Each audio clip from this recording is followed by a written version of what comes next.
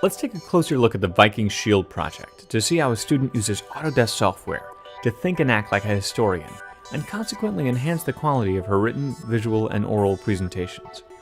This 12th grader is studying Viking civilization and decides that he could develop a better understanding of this period and share his insights with classmates by designing his own historically accurate interpretation of a type of shield that Viking warriors used to great advantage in battle. After completing his research, he has a pretty clear idea about the shapes, sizes, materials, and symbols used to convey value and symbolic meaning of the shields used by the Vikings.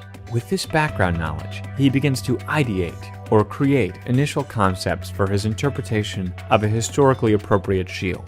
Just like the multiple drafts he will make for his written part of the assignment, he uses Autodesk software for the prototype and refine stages until he has arrived at a design that he believes best meets the criteria that have been established in the define stage.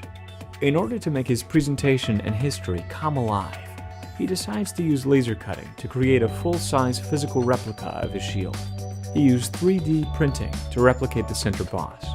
At this point, he is now ready for the solution stage, or the point where he will be making his presentation. When speaking to the class, he can show images of a historically appropriate interpretation, along with other aspects of his research and writing. He also finds that he can get his ideas across even better by holding up and then passing around his physical replica of the shield. This physical prop helps him better describe how the shields were used as offensive and defensive weapons. Remember that the important part of this example project is the process. Whether or not you are studying Vikings or weapons is not important.